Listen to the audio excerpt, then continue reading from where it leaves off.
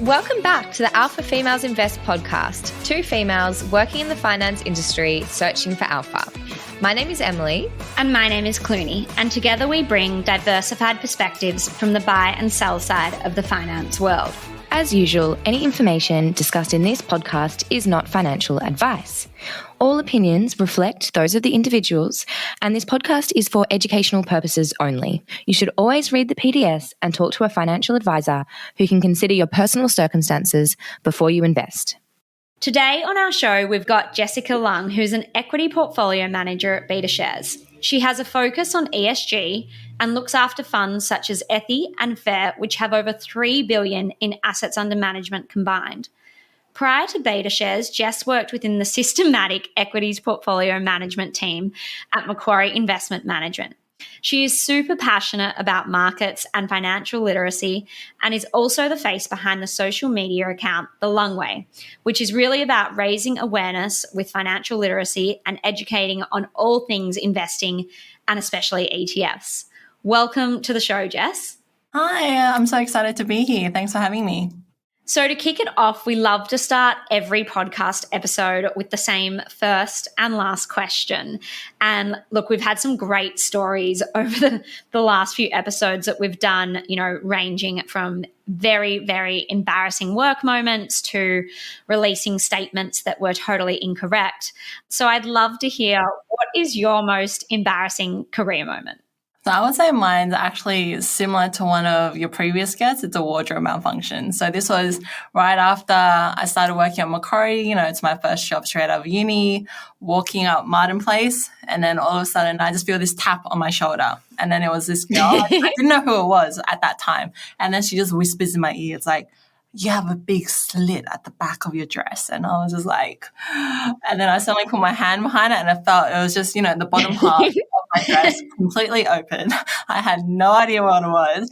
And then she just quickly scurried off. So she was very nice about it. She just wanted to tell me discreetly. But then I realized as she was walking off and I kind of saw a full view of her, that she was actually the HR recruiter that recruited me into Macquarie.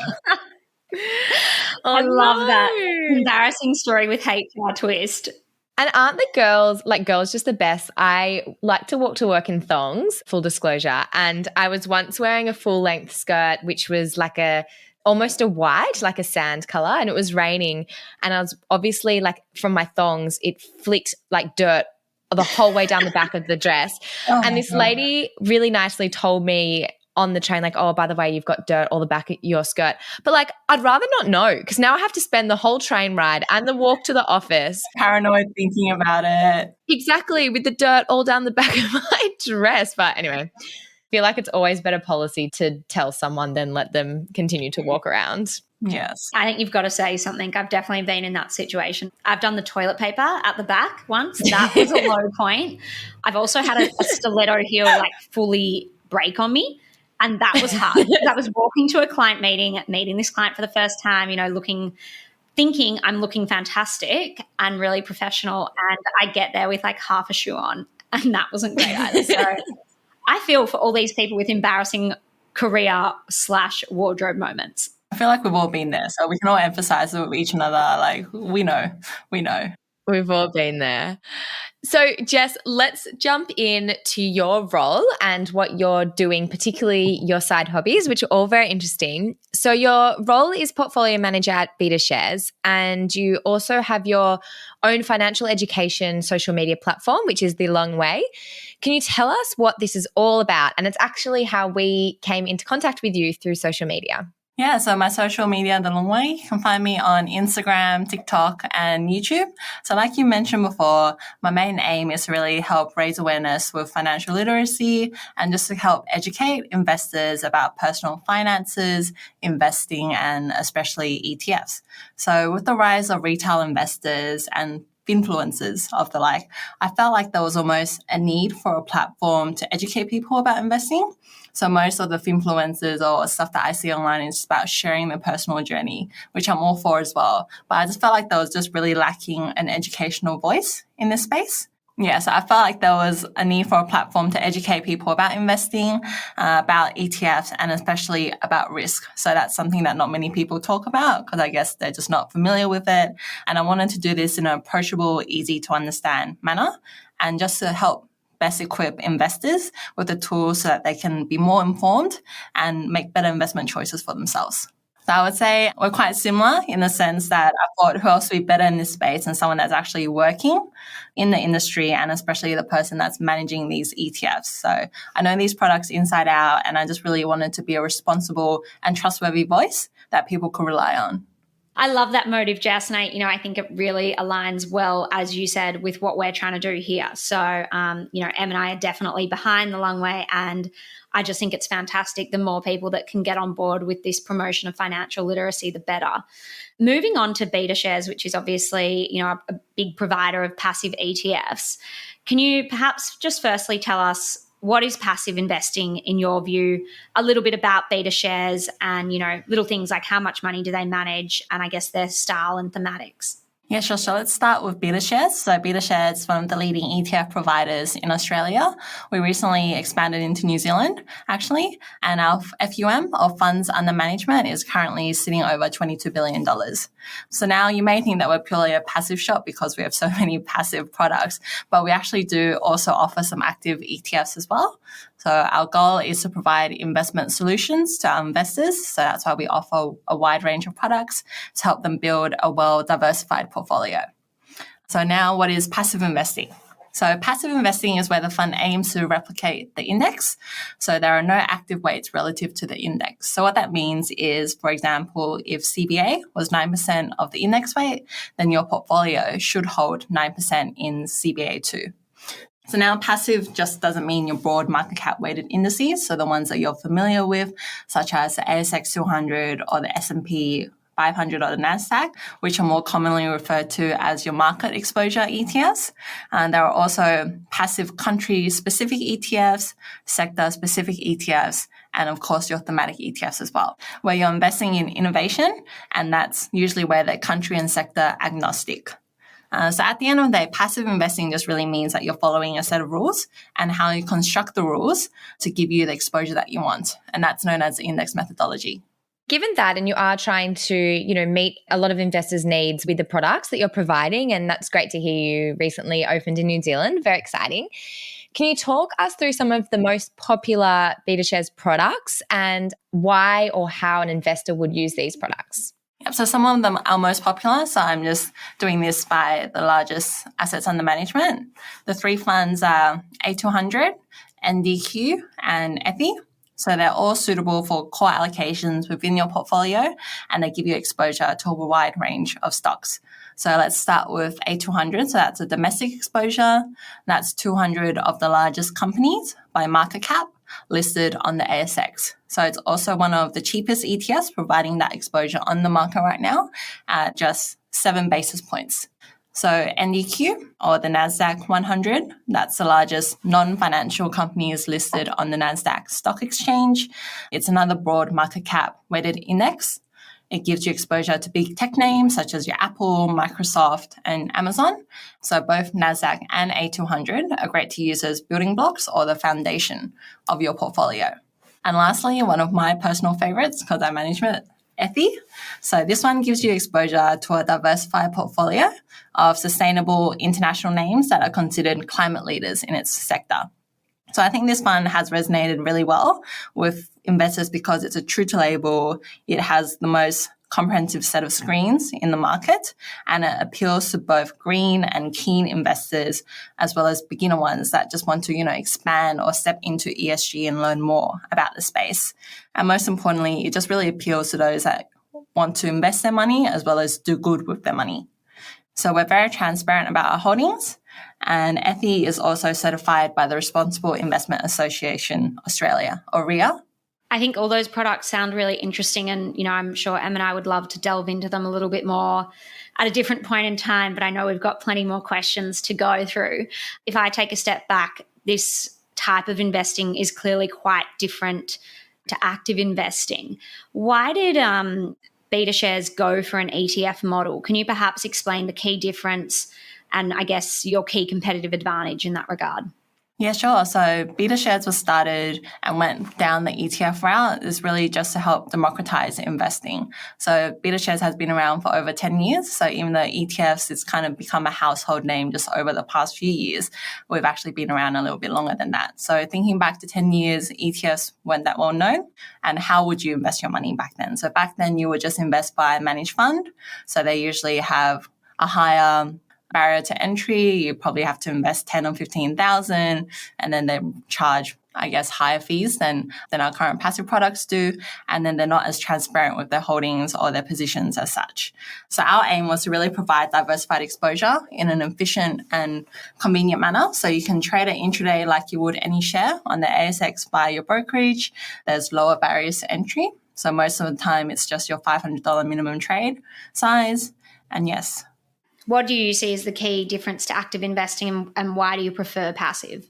Yeah, so we went through passive investing just a bit before. So just as a quick recap, so passive is index tracking, while active is where the fund manager tries to beat the index. So the portfolio manager has the views either about a certain stock, sector, or asset class, and they implement that via the positions in the fund.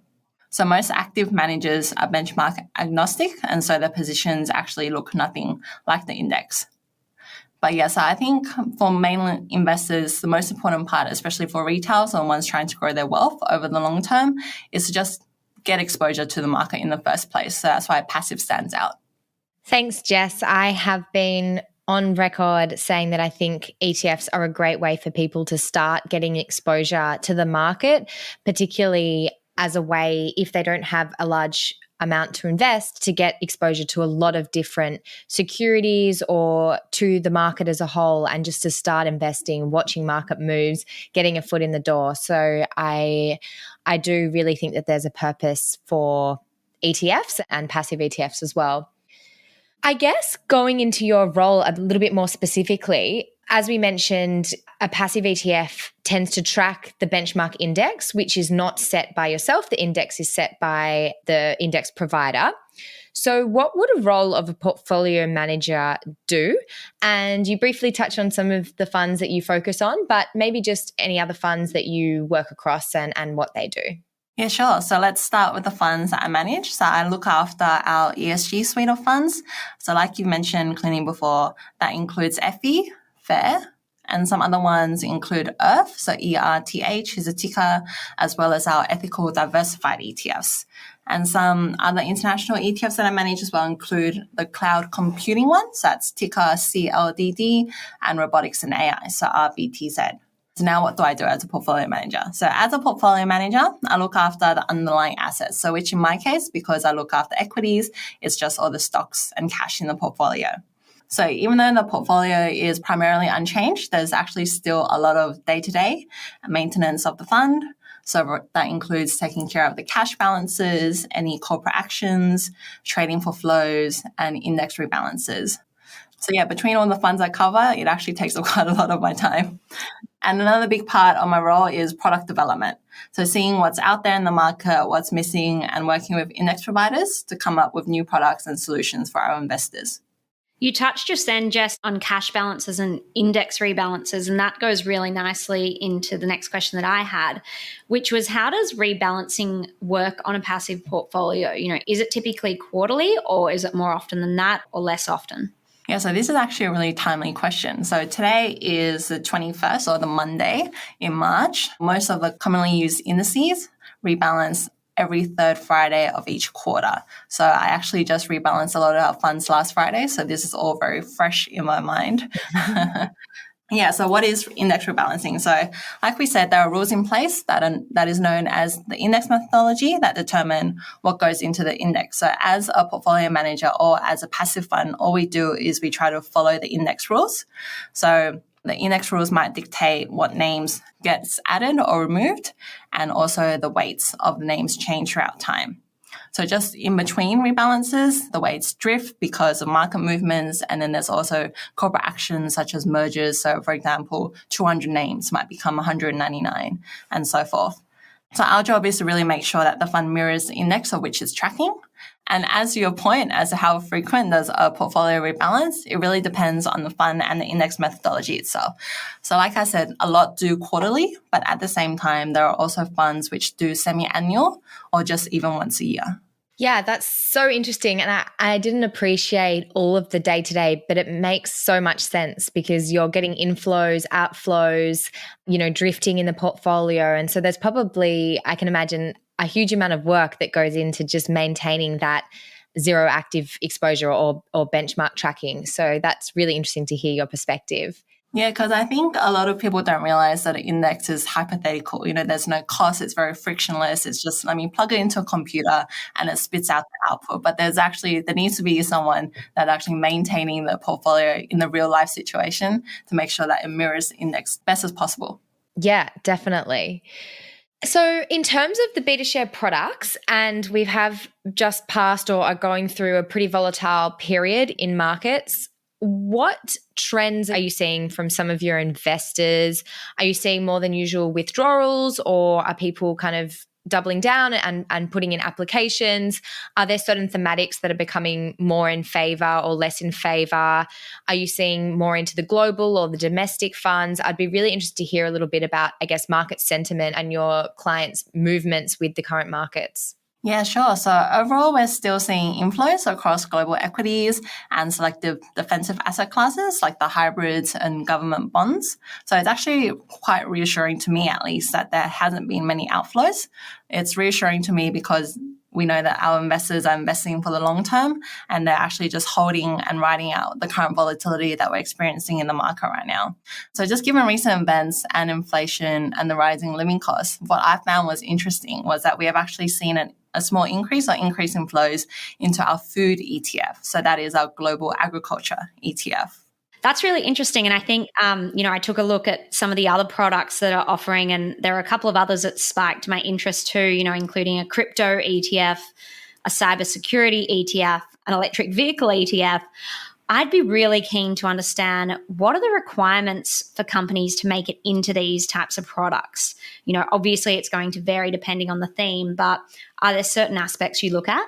Yeah, so they're all, like you mentioned, they're all different in the way that we construct them, but they all have an overarching theme, and especially with our thematics, it's something that we consider the pure playness. Or essentially you can think about it as a percentage of revenue of which that company or stock generates, which is in line with the theme. So we want to capture as many pure plays in the space as possible. Yeah, so Crypt, which is our crypto innovators ETF.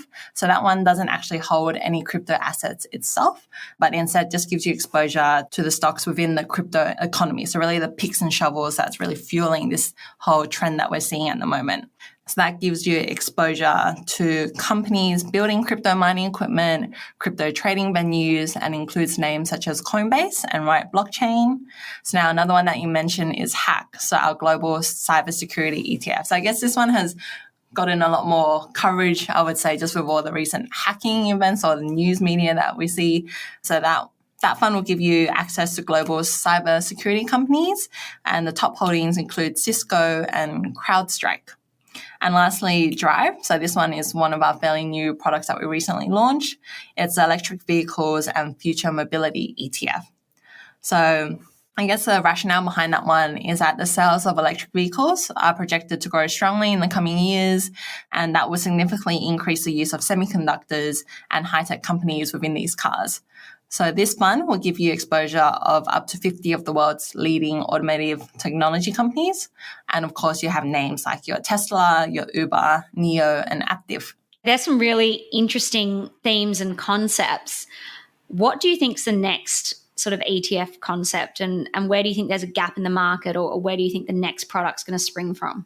Well, I can't give away too many of our trade secrets, but just in terms of the next likely theme, where do I even start? There's just so many to work on, but I guess an actual area or type of product that the current ETF market, or especially just in Australia, is missing is leverage and volatility ETF. So we see those quite a bit in the US, but we don't actually have many or any here. And of course, there's always more room for ESG products, in my opinion. In mine also. I reckon that was the right answer, Jess.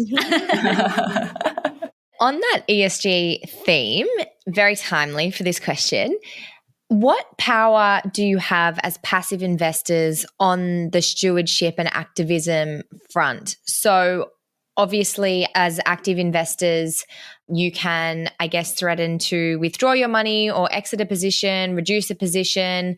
But I guess maybe that power would be a little bit limited in the passive sense, or maybe it wouldn't. I'd be interested to hear your thoughts.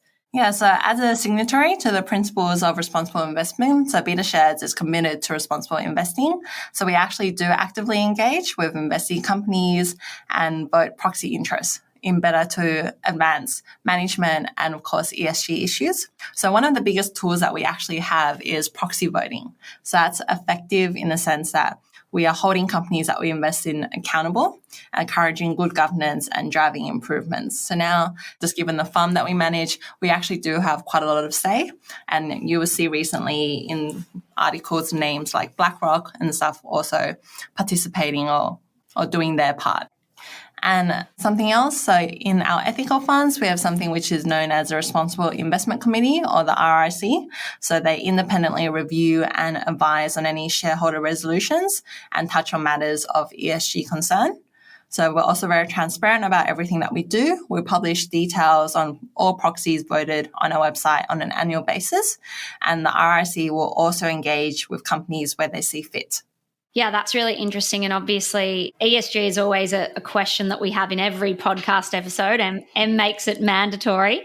But no, it is really interesting to understand how different products on the market are providing an angle in there. Changing tact a little bit, how does Betashares differentiate itself from other passive ETF providers in the marketplace? What do you see as your key benefit? Yeah, so I guess thinking back to 10 or 11 years ago when Betashares just started, our main differentiating point was that we're Australian, we're Aussie owned.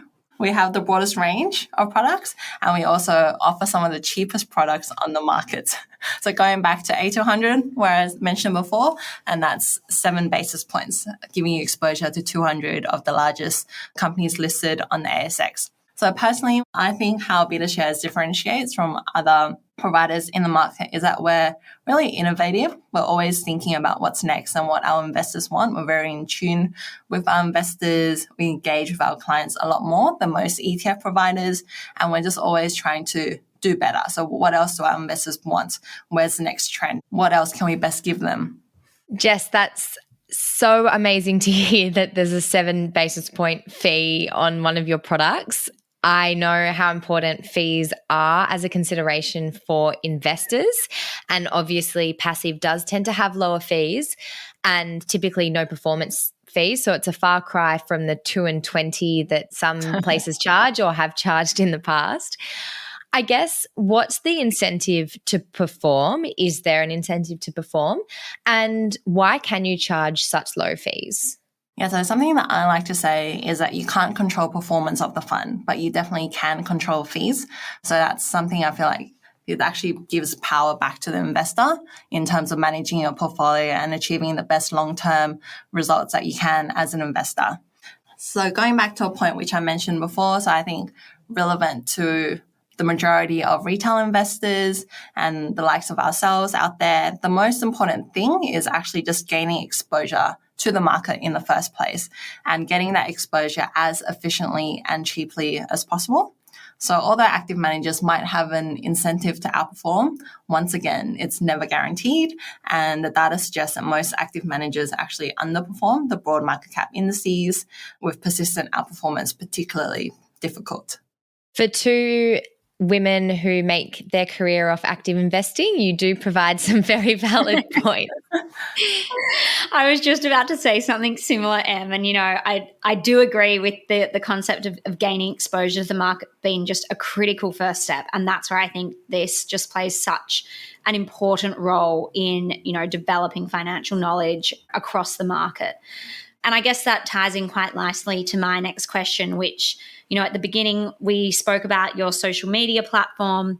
I would love to hear, why did you start that and what's next in store for the long way? Yeah, so I mentioned before that I guess a main reason as why I started was just to help educate people out there.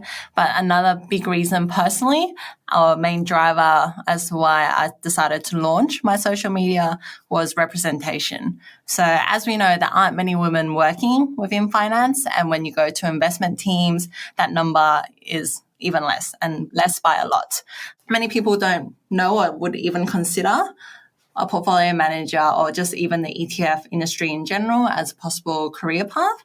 So even though it's quite daunting and almost embarrassing putting yourself out there on social media, I actually see it as quite important, paying it forward and just to really be the representation and hopefully to inspire younger generation and in particularly girls to pursue this as a career path. So what's in store next? So I hope to grow my platform to reach as many people as possible, to educate about investing and raise awareness about financial literacy, as well as finance and portfolio management as a career path.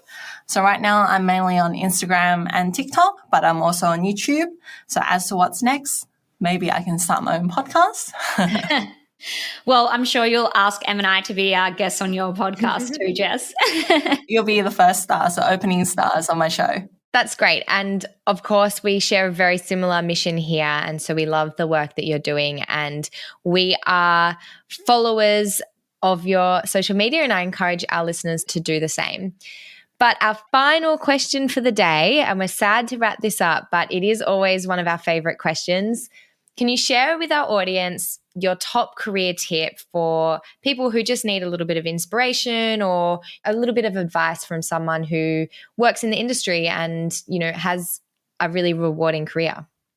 So this one, I've been saying this myself since I first came out of uni, is never be afraid to ask for that pay rise or the promotion that you deserve, and to always go into negotiations with a plan. And if you need be, just go to the bathroom a few minutes before and strike a power pose. It does amazing.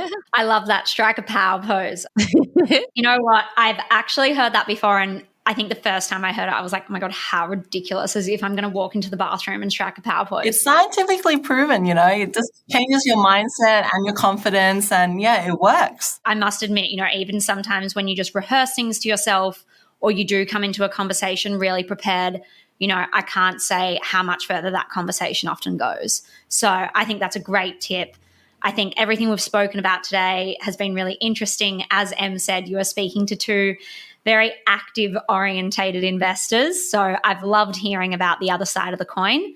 And as Em said, anyone who doesn't currently follow The Long Way, please get on it. Em and I are both following it, and we think it provides some really fabulous, entertaining and, financial insights. So thanks so much, Jess, for coming on the show. Thanks, Jess. And before we go, I would just like to see an example of this power pose because I have never heard of this before. Well, have you guys watched Ted Lasso? Yeah. Yes. Yeah, so my new one that I'm trying to copy off is the girl boss one where she's in the mirror and there's like a tiger and she goes, If you want to see it, watch the TikTok. Awesome. Well, thanks, Jess. It's been such an enlightening conversation. We've enjoyed having you on, and we can't wait to follow Betashares and the Long Way's journey, and please stay in touch. Well, thanks for having me. This was so much fun, and I'm glad to have converted active to passive. So my job here is done. Thanks, Jess. Thank you.